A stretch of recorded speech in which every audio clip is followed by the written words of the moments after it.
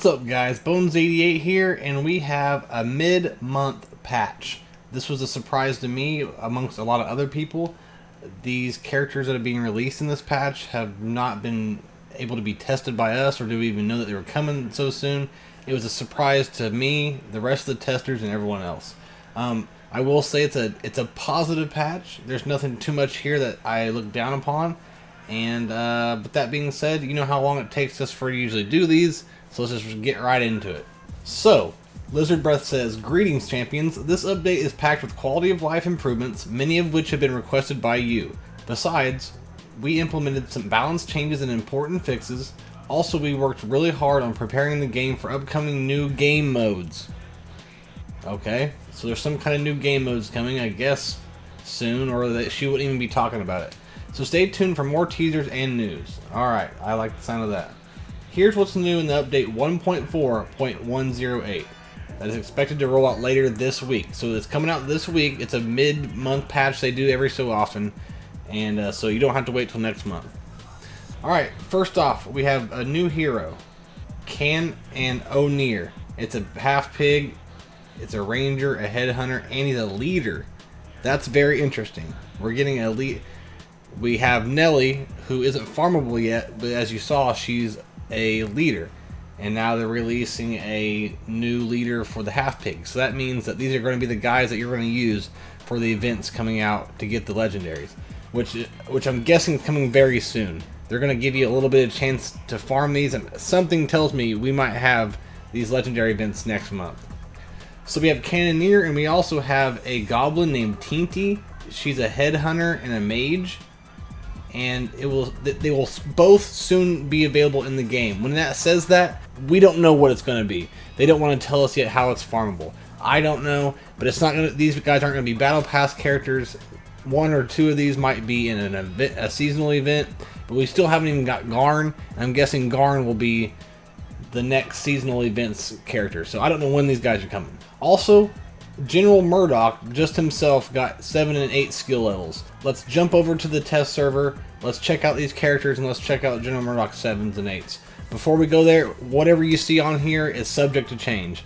It's a test server, so you can't take anything you see serious. Take it all with a grain of salt. With that being said, let's go over there. Alright, so here's Cannoneer. If you follow Lizard Breath's devlogs, you'll know he'll look familiar to you. She showed him off a month or so ago, so if you follow that, it's no surprise. If you don't, then you're probably not surprised. So let's look at his kit. So his leadership. All half-pig allies gain 30% of their maximum health. All half-pig allies gain 10% increased potency for each half-pig on the team. Okay, I mean, right from the get-go, that just seems kind of... It's not much better than Instructor Goran. Are you getting more max health? Yeah, 30%. You know, Centurion, I mean, you'll benefit from that, don't get me wrong. And you get 10% increased potency. I mean, that's not bad, but maybe there's something I'm not seeing here theory crafting wise, but I don't think that's that great. Alright, so his passive. With a level 7, it is Cannoneer supports the half-pig allies' attack. If half-pig allies do not hit any targets, Cannoneer will get oink. I have no idea what that means. When it says supports the half-pig attack, I guess he will attack with it?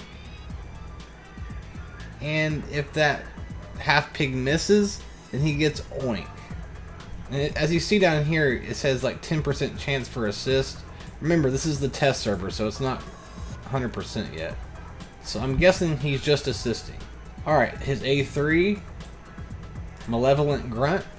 He gains a crit chance increase in haste for 2 turns on all allies. Recovers 30% of the turn meter. If he has oink, it gives all allies an accuracy increase for 2 turns.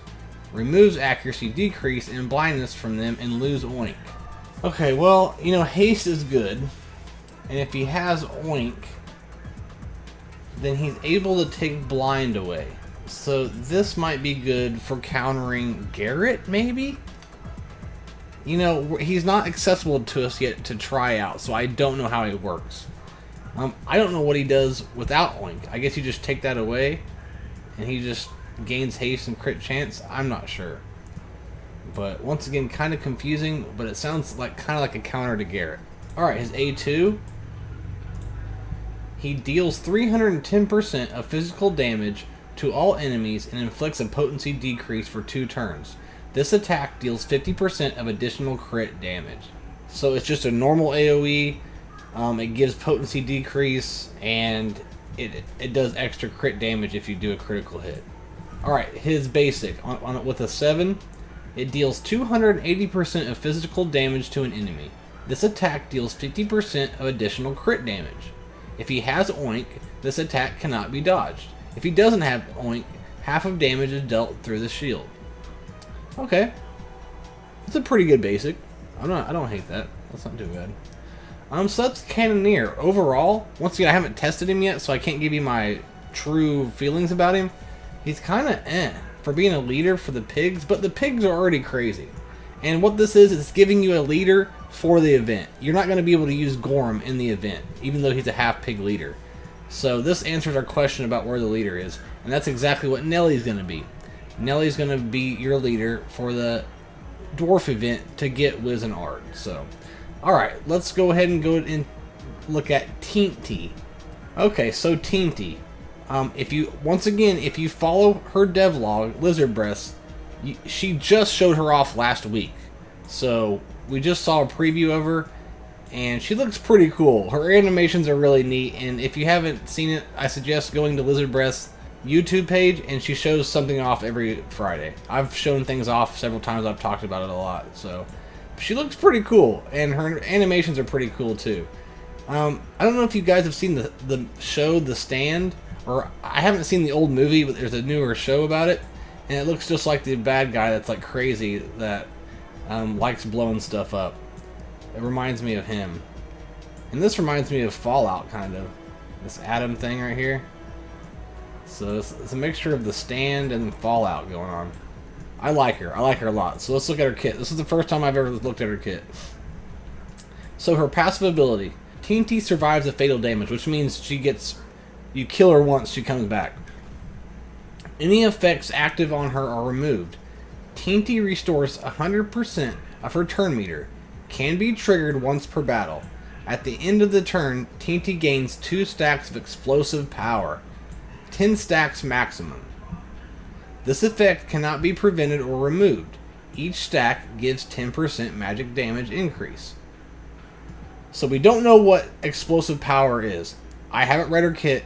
We might find out here in a minute. But she's surviving a fatal blow. Everything's removed off of her, and when she comes back, she just starts over. She's getting 100% turn meter, so when she dies, she comes back and goes right away.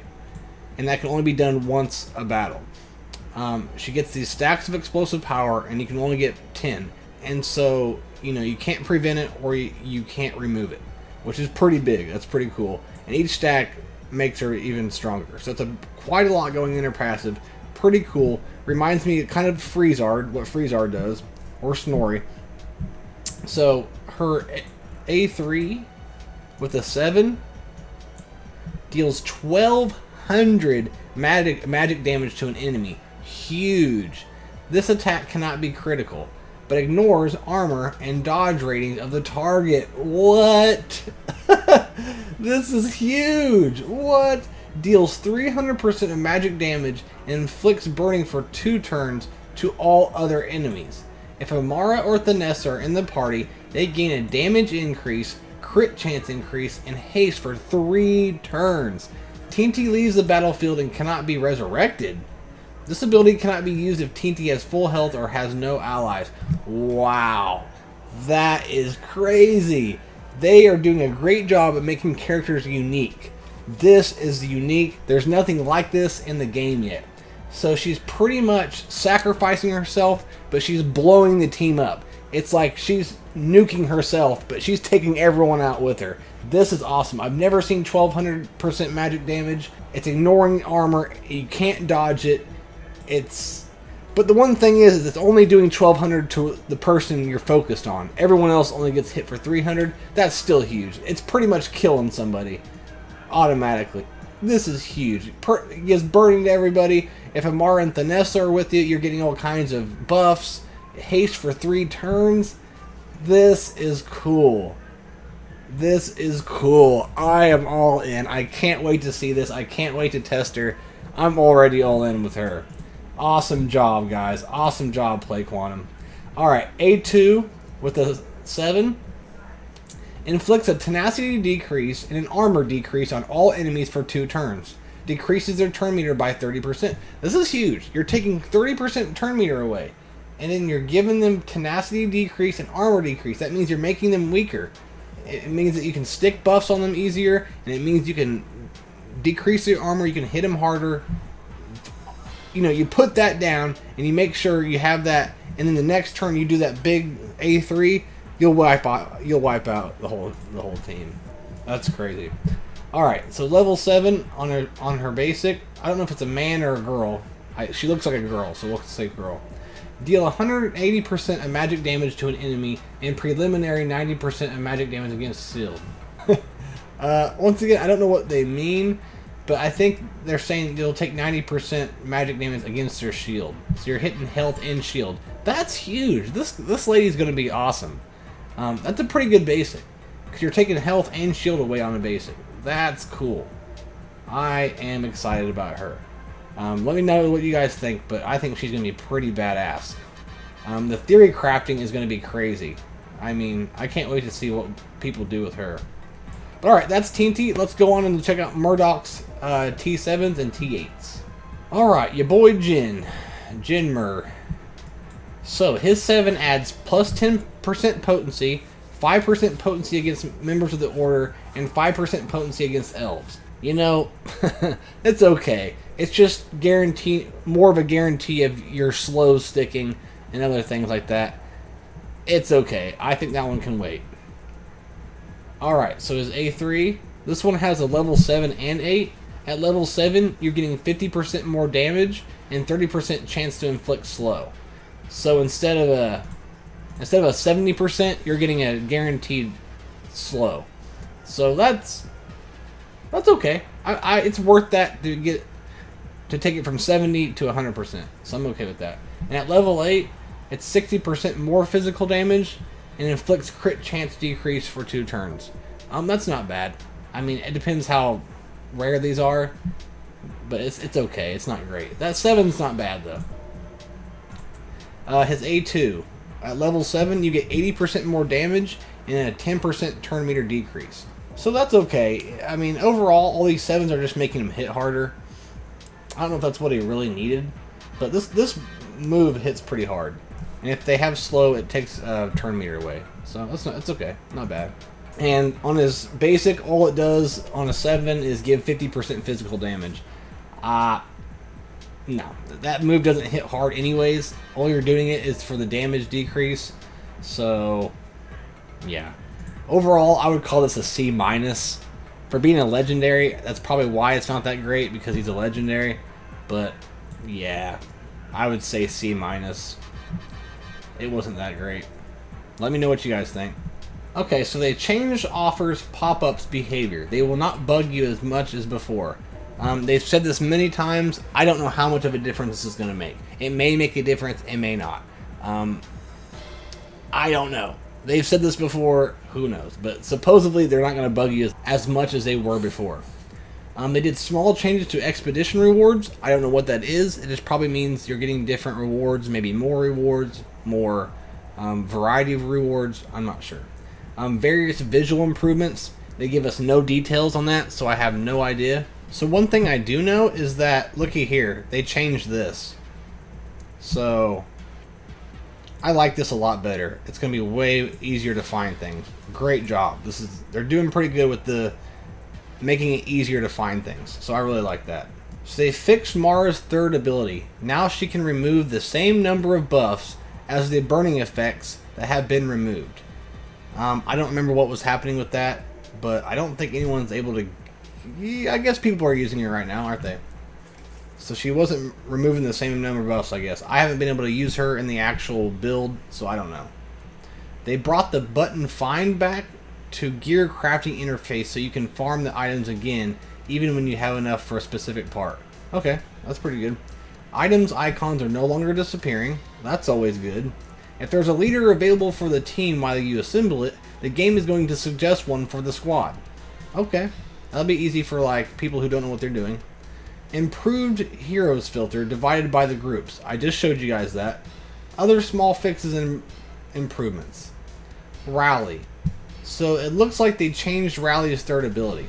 So now she gains a cheat death, a dodge increase, haste for 2 turns, restores 25% health, stim gains taunt for 1 turn, she consumes 25% charge.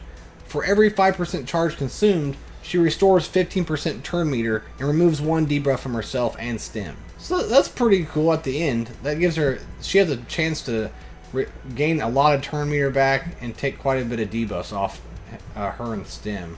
So not a lot has changed there, it doesn't look like. It's just kind of the removal of debuffs, it looks like. There might be something else, but I don't use Rally a lot either, so I don't know. So Nelly, Annihilation. Nelly gains damage increase for 2 turns. Removes all buffs from all enemies. Deals 600% magic damage to all enemies. This attack cannot be dodged. Guaranteeing a critical hit. Inflicts blind for 1 turn. So once again, I'm not super familiar with Nelly's kit yet, so I don't know what they've changed. So her secondary energy passive ability, when an allied dwarf consumes charge, for every 5% of charge absorbed, Nelly gains a 40%, it used to be 30%, chance to reduce Annihilation for 1 turn and 5% charge. If the chance is more than 100% skill, can activate twice. Loses 10% charge upon taking the damage. So I guess all they did was up the percentage that they can reduce Annihilation. Leadership ability. All allied dwarves start the fight with 100% charge. If at the start of the turn, allied dwarves have 100% charge, removes 4, which was previously 2, debuffs from himself, and gains debuff immunity for 1 turn. At the start of the battle, gives 20% turn meter to all allied dwarves. And that's going to be huge, guys. And I'm telling you, Nelly is worth every single second of it. Like, if you're a whale, get her. If you're free to play, start getting her as fast as you can, because I'm telling you now, she's going to be one of the best teams in the game. And yeah, you can bet me on that. I'll put everything I have that tell you that she's going to be one of the best leaders in the game. Even though she's basically just a dwarf leader, it's still going to be one of the best teams. So, do what you got to do to get her, because it's going to be huge. Alright guys, that's it. Hopefully we can keep this a little shorter than usual. It's a smaller update than it usually is, but still it's a positive one. There wasn't anything in there that I was like, oh, I don't like that. There was not a lot of nerfs or bad news or greedy things out of the game. Overall, it's just a positive patch. We're getting more cool characters, and we got a little teaser saying that there's new modes, so I guess there's something to look forward to that they must be teasing here soon. I don't know. They haven't told us much, so I can't really tell you what that's about. But I can tell you Nelly's going to be huge. I can tell you that Goblin's going to be huge without even testing them yet. When they are testable, I'll do like maybe a video showing them off, because I am really excited about trying that Goblin off.